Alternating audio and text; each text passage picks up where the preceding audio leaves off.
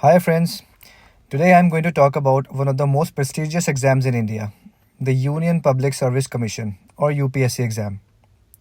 Whether you are at the beginning of your journey or are planning to take this, you should know that this exam is not just a test of knowledge. It's also a test of your perseverance, your hard work, your passion, and also most importantly, your determination to serve your country, India. So in the next few minutes, I'll walk you through everything that you need to know about the UPSC exam. I'll explain what it is, its structure, the preparation strategies that can help you succeed, and then finally what rewards you get after doing all that hard work and finally getting selected as an esteemed civil administrator. So, first things first, what is this UPSC exam? So, the UPSC Civil Services Exam or UPSC CSE is conducted by the Union Public Service Commission of India. It's basically your gateway to some of the most esteemed administrative positions available in the Indian government, such as IAS or Indian Administrative Service, IPS, Indian Police Service, IFS, Indian Foreign Service, and many other central services. This exam is not just about clearing a test, it's a journey towards becoming a part of the Indian administrative machinery. It's an exam that aims to find individuals with intellectual ability, problem solving skills, a deep understanding of the country's issues, and the potential to basically lead the nation. Next, let's take a look at the exam structure and different phases. So, the UPSC exam is a rigorous and a comprehensive one, and it is structured in three stages. The first one is the preliminary exams, or simply called prelims. This is the first hurdle. It consists of two objective type papers, General Studies Paper 1 and Civil Services Aptitude Test or called CSAT Paper 2. So like in all objective exams, you are required to select one correct answer from a given set of choices, also called MCQs in short, or multiple choice questions. The prelims test your general knowledge, awareness of the current affairs, and basic aptitude skills. General Studies Paper 1 includes topics like the Indian society, modern history, geography, politics, economics, science, art and culture, and current affairs. This paper is the deciding factor for the cutoff and also getting your ranking, so it's a very important one.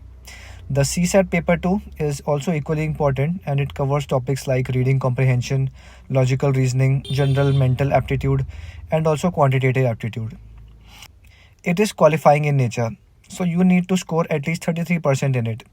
But the marks from this paper are not counted for ranking purpose.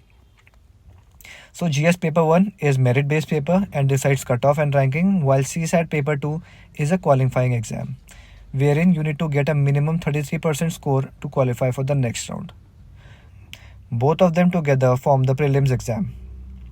This exam is conducted on the same day in two shifts, one for the GS and second one for CSAT, and it's done via the offline mode only, that is pen and paper. So you don't need to know much about operating a computer or typing on keyboard or moving mouse, etc. You just need the basic pen and mark your answers on the OMR sheet which is provided to you. So coming to the next phase is called the main exam or simply called mains. This is the most detailed and in-depth part of the exam. It is subjective in nature, so you need to actually write down the answers in words and sentences as opposed to the prelims exam which was objective in nature. So the mains consists of 9 papers, including a set of 7 compulsory and 2 optional subjects. It takes place over a period of 5 to 7 days, so you can imagine how elaborate the entire mains exam process is. The main papers cover 9 papers. Like I mentioned, 4 general studies papers, 1 essay writing paper, and 2 papers of your chosen optional subject.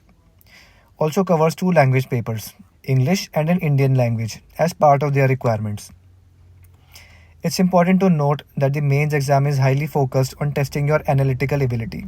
That is, how well you are able to analyze the topic or a problem. Also, your depth of knowledge and how good you are writing the answers. So it's totally not about memorization, which most students think, and they tend to focus more on the dates, facts and figures, etc. Of course, that is important to some extent, but you don't need to dive too much into the details and the nitty-gritties here, because mains is more about presenting well-rounded and well-thought-out structured answers. Next and the final stage is the interview or the personality test. So after clearing the mains exam, Candidates who qualify are finally called for the interview by the UPSC panel. The interview is more about assessing your personality, leadership potential, your communication skills, and your approach to problem solving. It's not a technical interview, but a test of how you handle pressure and articulate your thoughts to the panelists. And if they find you to be the right fit, then congratulations, you have finally cleared the UPSC exam, and your dreams of becoming an IAS, IPS, or IFS officer, etc., would soon turn into a reality. Now, before embarking on this journey, it's important to know the eligibility criteria. So, here's what you need to know. Speaking about age limit, so the minimum age is 21 years and the maximum age is 32 years for general category candidates. Although relaxations are provided for OBC, that is 3 extended years, and for SC/ST, you get 5 additional years. Second one is educational qualification. So you need to have a degree from a recognized university. Final year students can also apply, provided they can show proof of their graduation before the mains exam. The third one is the cap on the number of attempts. So general category candidates have maximum 6 attempts, OBC candidates have 9, and SC/SC candidates have unlimited attempts until the age limit is reached. Now let's talk about the syllabus and subjects. So one of the key aspects of the UPSC exam is its extensive syllabus. It's vast, but with a structured approach, trust me, it's easier and also manageable. The syllabus for prelims and mains overlaps in many areas, but for mains, you'll need a much deeper understanding of your chosen optional subject. So let's talk about general studies. So for general studies, the topics include Indian polity, history, geography, economics, environment, international relations, governance, and ethics.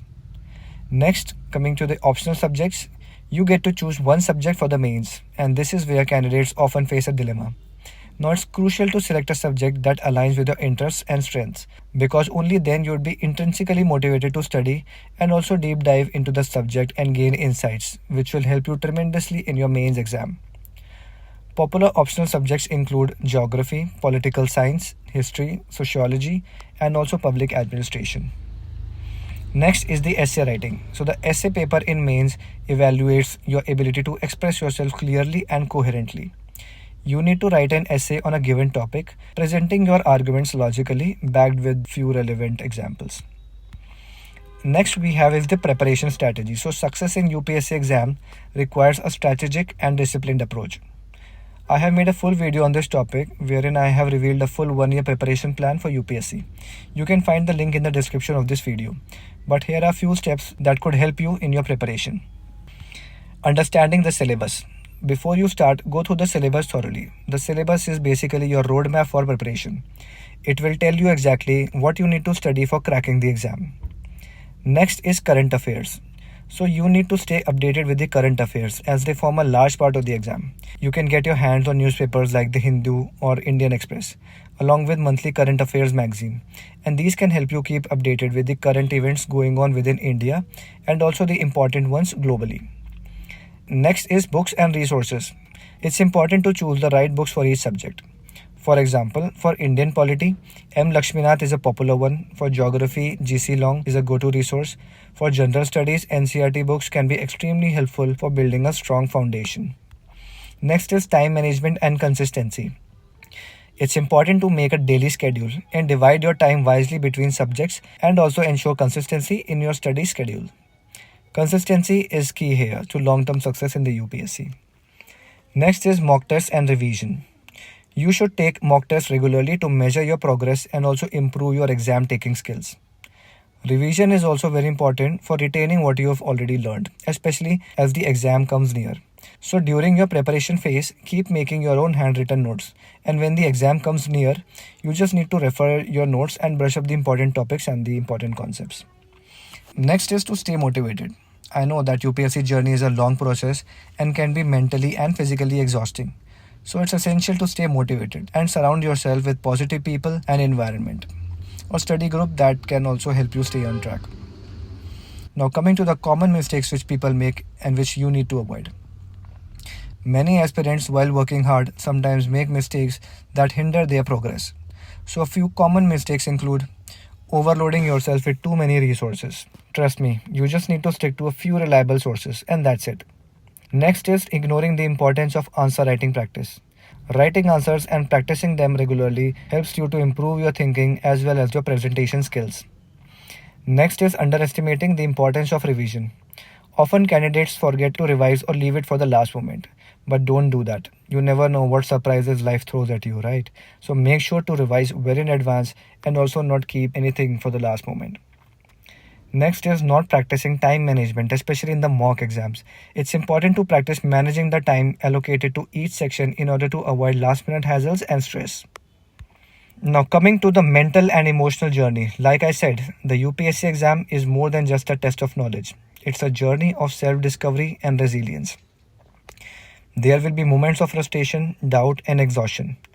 Now, the key here is to stay focused on your goal and keep pushing forward, no matter how tough the road gets or how many challenges you encounter along your journey. So, it's important to maintain a balanced lifestyle. Regular physical exercise, proper sleep, hydration, and taking short breaks to refresh your mind can, trust me, make a huge difference. Emotional well being also plays a key role in keeping you motivated and sharp throughout the preparation period.